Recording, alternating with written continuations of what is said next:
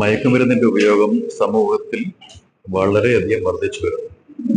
ഈ ഒരു അവസരത്തിൽ പൊതുജനങ്ങളുടെ സഹകരണം കൂടി ഉണ്ടെങ്കിൽ മാത്രമേ ഈ ഒരു സാമൂഹിക വിപത്ത് തടയാൻ നമുക്കാവൂ. അപ്പൊ തീർച്ചയായിട്ടും അതിനുള്ള ഉപാധികൾ കണ്ടെത്തി സമൂഹത്തിനെയും കൂടി ഉൾപ്പെടുത്തിക്കൊണ്ട് ഈ മയക്കുമരുന്നിന്റെ ഉപയോഗം ശരിക്കും തടയേണ്ടതുണ്ട്. വലിയൊരു സാമൂഹിക വിപത്താണ്. കുടുംബത്തിൽ തുടങ്ങി സമൂഹത്തിൽ തുടങ്ങി അത് നമ്മുടെ എല്ലാ വിഭാഗങ്ങളെയും ബാധിക്കും. തീർച്ചയായിട്ടും പോലീസും എക്സൈസ് ഡിപ്പാർട്ട്മെന്റും ഒക്കെ വളരെ നല്ല രീതിയിൽ ഈ ഒരു സംരംഭം, ഈ ഒരു പ്രവർത്തനം നടത്തുന്നുണ്ട്. കൂടാതെ പൊതുജനങ്ങളുടെ സഹകരണം കൂടി വളരെ അത്യന്താപേക്ഷിതമാണ്. അപ്പൊ തീർച്ചയായിട്ടും അങ്ങനെ ഒരു എവിടെയെങ്കിലും ഇതിന്റെ യൂസേജ് ഉപയോഗം ഉണ്ടെങ്കിൽ തീർച്ചയായിട്ടും പോലീസിനെയോ ഡിപ്പാർട്ട്മെന്റിനെയോ എക്സൈസ് ഡിപ്പാർട്ട്മെന്റിനെയോ അറിയിക്കുന്നതിൽ തീർച്ചയായിട്ടും താല്പര്യം കാണിക്കണം എന്ന് മാത്രമാണ് പറയാനുള്ളത്. ഫോട്ടോഗ്രാഫേഴ്സ് എന്നുള്ളത് മാത്രമല്ല, ഫോട്ടോഗ്രാഫേഴ്സിന് തീർച്ചയായിട്ടും അതിൻ്റെ അകത്തൊരു വലിയ പങ്കുണ്ട്. അവരുടെ തൊഴിൽ സംബന്ധമായ കാര്യങ്ങളൊക്കെ ഉപയോഗിച്ചുകൊണ്ട് നമുക്ക് തടയാൻ പറ്റും. അതോടൊപ്പം തന്നെ എല്ലാ വിഭാഗത്തിലുള്ള ജനങ്ങളും പൊതുജനങ്ങളും ഈ ഒരു തടയുന്നതുമായിട്ട് ബന്ധപ്പെട്ട് സഹകരിക്കേണ്ടത് വളരെ അത്യാവശ്യമാണ്.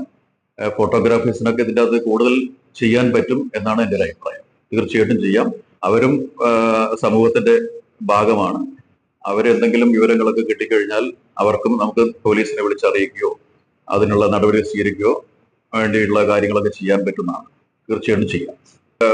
പോലീസ് കൺട്രോൾ റൂമിലെ നമ്പർ ഉണ്ട്, 1090 അല്ലെങ്കിൽ 112 എന്ന് പറഞ്ഞ നമ്പറിൽ വിളിച്ചു കഴിഞ്ഞാൽ നമുക്ക് എത്രയും പെട്ടെന്ന് അവരുടെ സഹായം കിട്ടും. ഇങ്ങനെ എന്തെങ്കിലും ഇൻഫർമേഷൻ കിട്ടിക്കഴിഞ്ഞാൽ നമുക്ക് തീർച്ചയായിട്ടും അവരെ വിളിച്ചു പറയാവുന്നതാണ്, അല്ലെങ്കിൽ കൺസേൺ പോലീസ് സ്റ്റേഷനിൽ വിളിച്ചു പറയാവുന്നതാണ്. ഏറ്റവും നല്ലത് പോലീസ് കൺട്രോളിൽ വിളിച്ചിട്ട് കാര്യങ്ങൾ അറിയിച്ചു കഴിഞ്ഞാൽ അവരെ പെട്ടെന്നുള്ള ഒരു ക്വിക്ക് റെസ്പോൺസ് പോലീസിന്റെ ഭാഗത്ത് ഉണ്ടാവും ചെയ്യുന്നത്. നമുക്കിത് തടയേണ്ടത് നമുക്ക് ബാധ്യതയാണ്, സൊസൈറ്റിന്റെ ബാധ്യതയാണ്. കുട്ടികള്, സമൂഹം, നമ്മളെ എല്ലാവരും ഇതിൻ്റെ അകത്ത് ഈ വിപത്തിൽ പെട്ട് കഴിഞ്ഞാൽ വലിയ നാശത്തിലേക്ക് നീങ്ങും.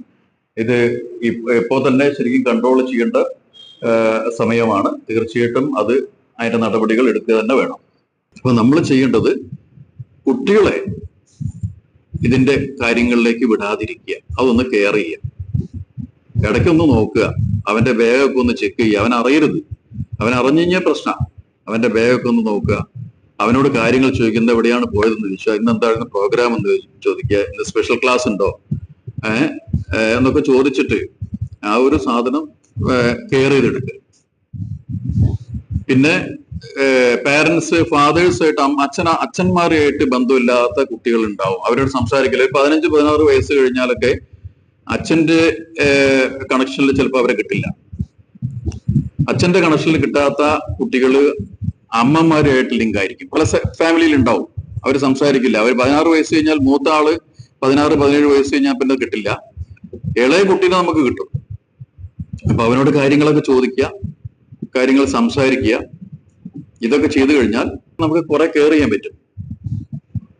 അപ്പൊ അവനോട് അന്വേഷിക്കും, ഇന്ന് എവിടെയാണ് പോകുന്നത്, ഇന്ന് എന്താണ് പരിപാടി എന്നൊക്കെ ചോദിച്ച് അവന്റെ ഉള്ളിൽ ചെറിയൊരു ഭയം കൊടുത്തു കഴിഞ്ഞാൽ മാത്രമേ അവന്റെ കാര്യങ്ങളൊക്കെ അറിഞ്ഞോട്ടെ. കാരണം പത്രങ്ങളിലൊക്കെ വായിക്കാനും അതിനുള്ള അവസരം, റേഡിയോ കേൾക്കാനൊക്കെ ഉള്ള അവസരം ഉണ്ടാക്കുക ഇഷ്ടംപോലെ.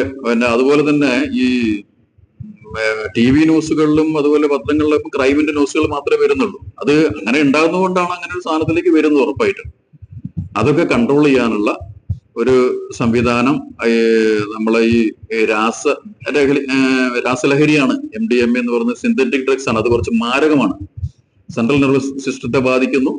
ഇത് എടുത്തു കഴിഞ്ഞാൽ നമുക്ക് ആയുസ് എന്ന് പറയുന്നത് ശരിക്കും പറഞ്ഞാൽ 3 വർഷമൊക്കെ ഉള്ളൂ. അറിയില്ല. വിഷാദം, പെട്ടെന്നുണ്ടാകുന്ന കോപം, വിഷയങ്ങൾ. ഇപ്പൊ ഞങ്ങളൊക്കെ ചെക്ക് ചെയ്യുമ്പം പരിശോധിക്കുന്നത് കയ്യിന്റെ മുകളിലും നഖത്തിന്റെ ഉള്ളിലൊക്കെയാണ് നോക്കുക. അവിടെയൊക്കെ ഉണ്ടാവും ഈ സാധനങ്ങൾ. ചിലപ്പം ബോഡിയിലൊക്കെ വരഞ്ഞ മാർക്കുകൾ ഉണ്ടാവും, അവിടെ ഇവിടെയൊക്കെ ഉണ്ടാവും. അതൊക്കെ ചെയ്യും. പിന്നെ അവന്റെ ആക്ഷനില് ശരീരഭാഷ പ്രശ്നമായിരിക്കും. അത് നമുക്ക് ശ്രദ്ധിച്ചറിയാം. പിന്നെ കൃഷ്ണമണി ചുരുക്കിയിരിക്കും. കൃഷ്ണമണി അങ്ങനെ സാധനം സ്ഥിരമായിട്ട് ഉപയോഗിക്കുന്ന ആളുകൾക്ക് അങ്ങനെ ഒരു സാധനം ഉണ്ടാവും. അപ്പൊ ഇങ്ങനെ കുറെ കാര്യങ്ങൾ ഇതിൻ്റെ അകത്തുണ്ട്. അപ്പൊ ഇതിൻ്റെ അകത്ത് ഇപ്പൊ മുതിർന്ന ആളുകൾ എന്നൊക്കെ പറഞ്ഞു തരേണ്ട കാര്യമില്ല. നമുക്കറിയുന്ന കുറച്ച് കാര്യങ്ങൾ മനസ്സിലാക്കാന്ന് മാത്രമേ ഉള്ളൂ. പിന്നെ ഇത് കഴിച്ച് കഴിഞ്ഞാൽ നമുക്ക് ഉണ്ടാവുന്ന ഒരു വിഷയം എന്ന് പറഞ്ഞാൽ, അപ്പൊ ഇത് കഴിച്ചുകൊണ്ട് വണ്ടി ഓടിക്കരുത്, വെഹിക്കിൾ എടുക്കരുത് എന്ന് പറയേണ്ട കാരണം മദ്യം കഴിച്ചാലും അതുപോലെ തന്നെ കഞ്ചാവ് ഉപയോഗിച്ചു കഴിഞ്ഞാലും അല്ലെങ്കിൽ വേറെ എന്തെങ്കിലും ഡ്രഗ്സ് ഉപയോഗിച്ചു കഴിഞ്ഞാലും നമ്മളെ സെൻട്രൽ നെർവസ് സിസ്റ്റത്തിനെ ഇത് മന്ദീഭവിപ്പിക്കുന്നു. നമ്മളറിയില്ല. അപ്പോ കുറച്ച് മദ്യം കഴിച്ചു അല്ലെങ്കിൽ അതിനേക്കാൾ കൂടുതലായി ഡ്രഗ്സ് കഴിച്ചു എന്ന് പറയുമ്പോൾ നമ്മളെ ഇത് തലച്ചോർ മസ്തിഷ്കത്തെയാണ് അത് ബാധിക്കുന്നത്. അപ്പോ നമ്മള് ചെയ്യാൻ പോകുന്ന ആക്ഷൻ മൈനസ് ചെയ്യുന്നു, അതായത് കുറയ്ക്കുന്നു, മന്ദഗതിയിലാവുന്നു. ബ്രേക്ക് ചെയ്യാൻ തോന്നിക്കഴിഞ്ഞാൽ നമുക്ക് ബ്രേക്ക് ചെയ്യാൻ പറ്റുന്നില്ല വണ്ടി, അപ്പം പോയി വണ്ടി ഇടിക്കും. ഇത് ഉള്ളിൽ ചെല്ലുമ്പോൾ കുറച്ച് സ്പീഡ് കൂട്ടും, സാഹസികത കൂടും, ധൈര്യം കൂടും സ്വാഭാവികമായിട്ടും. അത് ചെയ്യുന്ന സമയത്ത് പിന്നെ അതിൻ്റെതായ രീതിയിൽ നമ്മൾ വണ്ടി ഓടിക്കും. ആക്സിലേറ്റ് കുറച്ച് കൂടുതൽ കൊടുക്കും, പിന്നെ ബൈക്ക് ആണെങ്കിൽ അതൊന്ന് കുറച്ച് കൂടുതലൊന്ന് പ്രസ് ചെയ്ത് കൊടുക്കും. അപ്പം വേഗത നമുക്ക് അറിയുന്നില്ല, വേഗത അറിയാണ്ട് പോയിട്ട് നമ്മൾ ഇടിക്കുകയാണ് ചെയ്യുന്നത്. ട്രാഫിക്കിൽ കഴിഞ്ഞ ഒരു മാസം കുറെ സമയങ്ങളിൽ ഒരു 3-4 വണ്ടി ഇടിച്ചിട്ട് ഒരു കാറ് പോയി. അവസാനം പോലീസ് മെസ്സേജ് കിട്ടി, പോലീസ് വന്ന് പോലീസ് പിടിച്ചു. അതുമ്പോൾ മദ്യപിച്ചിരുന്നു. അപ്പൊ അതുകൊണ്ടാണ് ഇത് ഉപയോഗിച്ചുകൊണ്ട് വാഹനം ഓടിക്കരുതെന്ന് പറയുന്നതിന്റെ ഉദ്ദേശം തന്നെ. നമുക്ക് കൺട്രോൾ ചെയ്യാൻ പറ്റും. നമ്മളെ ആത്മനിയന്ത്രണം നഷ്ടപ്പെടുക, നമുക്ക് കൺട്രോൾ ചെയ്യാണ്ട്. അത് ഉറപ്പാണല്ലോ, കഴിക്കുന്ന ആളുകൾക്ക് അറിയാലോ, തീർച്ചയായിട്ടും അറിയാം. ഇത് ലഹരി എന്ന് പറയുന്ന സാധനം മേലെ പോയി നമ്മളെ വർക്ക് ചെയ്ത് ഈ ഒരു സംഭവത്തിലേക്ക് അങ്ങോട്ട് കയറുകയാണ്. സുഖം തേടിയാണ് നമ്മളെ യാത്ര. സുഖം അല്ലെ? സുഖം എവിടെയും സുഖം വേണം. നമുക്ക് കിട്ടുന്ന സുഖമൊന്നും പോരാ. അത് ഇല്ലാതെ നമ്മൾ ഇതിനു വേണ്ടി പ്രയാണം തുടങ്ങുന്നു. അങ്ങനെ നമ്മൾ പല ഇൻടോക്സിക്കേഷനിലേക്കും പോവുകയാണ് ചെയ്യുന്നത്. സമൂഹത്തിൽ ഇപ്പൊ നമ്മള് ഇത് കഴിച്ച് സംസാരിക്കുന്ന സമയത്ത്, അല്ലെങ്കിൽ ഡ്രഗ്സ് കഴിച്ച് സംസാരിക്കുന്ന സമയത്ത് നമ്മൾ എന്താ മനസ്സിലാകുന്നത്? അതിവിചിത്രമായ രീതിയിൽ നമ്മൾ സംസാരിക്കും, അതിവിചിത്രമായ ആക്ഷനുകൾ നടത്തിക്കൊണ്ടിരിക്കും.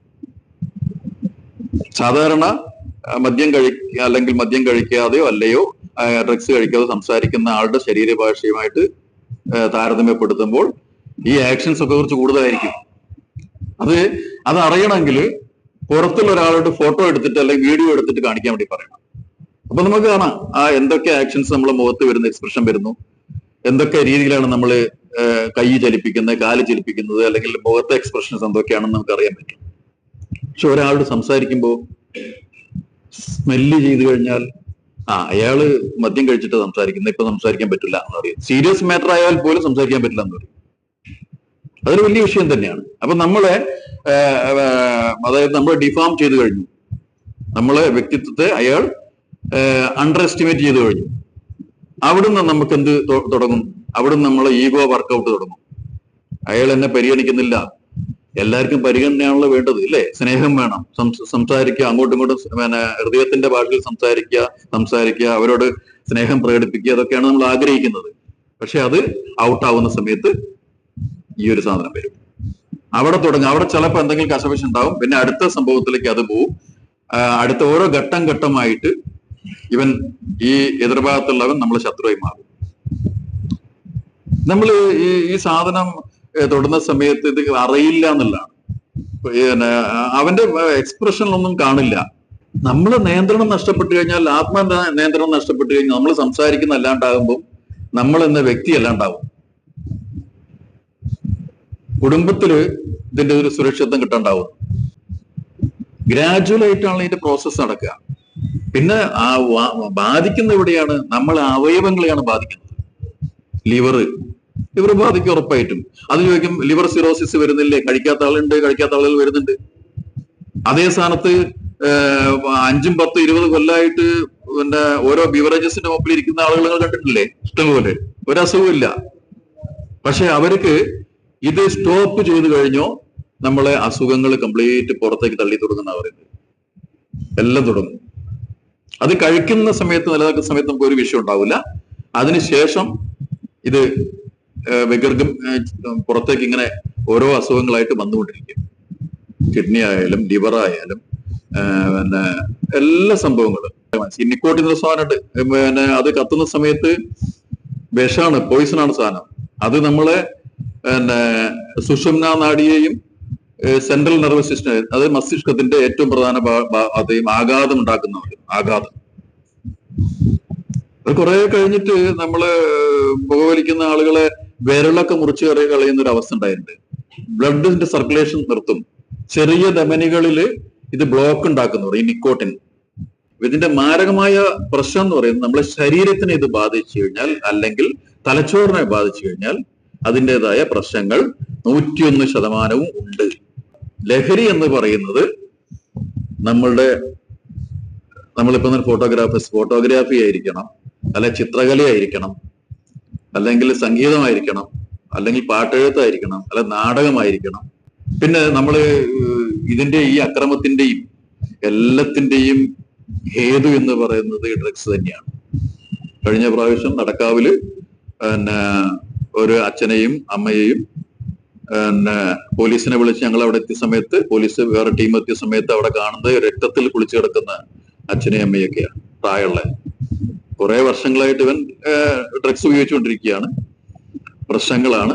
ഇവൻ തലങ്ങും വിലങ്ങും കത്തിയെടുത്ത് കുത്തിക്കളഞ്ഞു. അങ്ങനെയാണ് നടക്കാവ് IP ജിജീഷ് സാറ്, അദ്ദേഹം വെള്ളയിൽ സ്വദേശിയാണ്. അദ്ദേഹം പോയിട്ട് അവിടെ വെടിവെച്ചിട്ടാണ്, റിവോൾവർ, സ്വന്തം സർവീസ് റിവോൾവർ എടുത്തിട്ട് വെടിവെച്ചിട്ടാണ് ആ സാധനം അവിടെ സ്റ്റോപ്പ് ചെയ്തത്. അവരെ രക്ഷിച്ചത്. പെട്ടെന്ന് എടുത്ത് ഹോസ്പിറ്റലിൽ കൊണ്ടുപോയി. പോലീസിന്റെ ഡ്യൂട്ടി എന്ന് പറയുന്ന ഇക്കാര്യത്തിൽ ഭയങ്കര റിസ്കിയാണ്. ശരിക്കും പറഞ്ഞാല് ഡ്രഗ്സ് പലവിധമുണ്ട്. ചില ഡ്രഗ്സ് ഉപയോഗിക്കുമ്പം ദുസ്വപ്നങ്ങൾ കാണുന്നു, അല്ലെങ്കിൽ ആക്രമിക്കാൻ വേണ്ടി ആളുകൾ വരുന്നു എന്ന് പറയുന്നു. ഇങ്ങനെ പല മനസ്സിന്റെ താളം തെറ്റുന്ന പല അവസ്ഥകളാണ്. ഈ ശരീരത്തിനെ ബാധിക്കുന്ന, അത് അല്ലെങ്കിൽ തലച്ചോറിനെ ബാധിക്കുന്ന ഒരു വസ്തുവാണ് MDMA എന്ന് പറയുന്ന സിന്തറ്റിക് ഡ്രഗ്സ് എന്നൊക്കെ പറയുന്നത്. അത് അതിൽ നിന്നൊക്കെ മാക്സിമം വിട്ടു നിൽക്കുക, അതിന് ലഹരിയായിട്ട് നമ്മളെ കലയും കാര്യങ്ങളൊക്കെ ഉപയോഗിക്കുക എന്നുള്ളതാണ് ഏറ്റവും പ്രധാനം. പോലീസും എക്സൈസൊക്കെ വളരെ നല്ല രീതിയിൽ കാര്യങ്ങളൊക്കെ നടത്തുന്നുണ്ട്. ഇപ്പം ജനങ്ങളും കൂടി ജനങ്ങൾക്ക് ബോധ്യപ്പെട്ടു തുടങ്ങി ഇത് തീർച്ചയായിട്ടും ചെയ്യണം, ഇത് ചെയ്തിട്ടില്ലെങ്കിൽ സമൂഹം നശിച്ച് പോകുന്നുള്ള അവസ്ഥയിലേക്ക് വന്നു. കുട്ടികളൊന്നും വലിയ വിഷയമാവും എന്ന് പറഞ്ഞു. ആ സംഭവത്തിൽ നമ്മൾ വളരെ കാര്യമായിട്ട് നോക്കുന്നുണ്ട്. ദിനംപ്രതി പിടിക്കുന്നില്ലേ, ദിനംപ്രതി പത്രങ്ങളിൽ കാണുന്നില്ലേ? എക്സൈസ് ആയാലും പോലീസ് ആയാലും മറ്റു ഡിപ്പാർട്ട്മെന്റ് എല്ലാം പിടിച്ച് നമുക്ക് കാര്യങ്ങൾ ചെയ്യുന്നുണ്ട്. ഡി ഹണ്ട് എന്ന് പറഞ്ഞ ഒരു ചെറിയൊരു ഫോർമേഷൻ ഉണ്ടാക്കിയിട്ടുണ്ട്. അത് ഇതിന് കൺട്രോൾ ചെയ്യാൻ വേണ്ടിയിട്ടാണ്. DGP തലത്തിലും ഇവിടെ സംസ്ഥാന പോലീസ് ജില്ലാ പോലീസ് തലത്തിലൊക്കെ ഉണ്ടാക്കിയിട്ടുണ്ട്. അദ്ദേഹമൊക്കെ നല്ല ഇപ്പോഴത്തെ ആളുകളൊക്കെ വളരെ വളരെ സജീവമായിട്ട് ചെയ്യുന്നുണ്ട് എല്ലാ കാര്യങ്ങളും. അപ്പൊ നമുക്കും കുറെ കാര്യങ്ങളൊക്കെ ചെയ്യാൻ പറ്റും. ജനങ്ങളെ സപ്പോർട്ടോടുകൂടി മാത്രമേ ഇതൊക്കെ നിർത്താൻ പറ്റുള്ളൂ. ജീവിതം ഒരു ലഹരിയായിട്ട് എടുക്കുക എന്നുള്ളതാണ്. അതിനെന്താ ചെയ്യേണ്ടത്? നമ്മൾ ഈ കുട്ടികളെ എന്തെങ്കിലും, ഇപ്പം വെക്കേഷൻ വന്നു, എന്തെങ്കിലും സാധനത്തിലേക്ക് എൻഗേഡ് ആക്കി കൊടുക്കുക. ചിത്രകലയോ ഫോട്ടോഗ്രാഫിയോ അല്ലെങ്കിൽ കഥയെഴുത്തോ കവിത എഴുത്തോ. പണ്ട് ക്ലബ്ബുകളൊക്കെ ചെയ്തൊരു പണിയാണ്. സാംസ്കാരിക ക്ലബ്ബുകൾ പഴയ കാലത്ത് ഉണ്ടായിരുന്നില്ലേ എന്നുള്ള അറിയും. ഇപ്പൊ ഐസൊലേഷൻ ഫാമിലി വന്നു, അല്ലെ? അണുകുടുംബം വന്നു. അവരെ ആരും കൺട്രോൾ ചെയ്യാനില്ല, പറയാനില്ല. പോവും, സിനിമ കാണും, ഇങ്ങനെയുള്ള കൂട്ടുകെട്ടുകളിലെ കാപ്പെടും, വലിയ വിഷയമാവും. ഇത് കുട്ടികളെയൊക്കെ നമ്മൾ എന്താ ചെയ്യുന്ന വെച്ചാല്, കുട്ടികളെ ഇപ്പൊ അങ്ങനെ പറഞ്ഞവര് പെട്ടെന്ന് പെട്ട് കഴിഞ്ഞാൽ ഞങ്ങള് വളരെ കെയർ ചെയ്തിട്ട് ശ്രദ്ധിച്ചിട്ട് കേസ് എടുത്തു കഴിഞ്ഞാൽ പിന്നെ ഇവൻ ഒരു പ്രാവശ്യം ജയിലിൽ പോയി കഴിഞ്ഞാൽ പിന്നെ തിരിച്ചു വരുന്നത് നല്ല ക്രിമിനലായും പ്രതിയായിട്ടേ വരുള്ളൂ, ഉറപ്പാണ്. അപ്പൊ അത് ചെയ്യാതെ പേരൻസിനെ വിളിച്ചേൽപ്പിച്ച് അതിന്റെ ഭവിഷ്യത്തൊക്കെ പറഞ്ഞു കൊടുത്ത് കൗൺസിലിംഗ് ഒക്കെ കൊടുത്ത് വിടുകയാണ് ചെയ്യുന്നത്. അങ്ങനെയും ചെയ്യുന്നുണ്ട് ചെറിയ സംഭവങ്ങളിലൊക്കെ.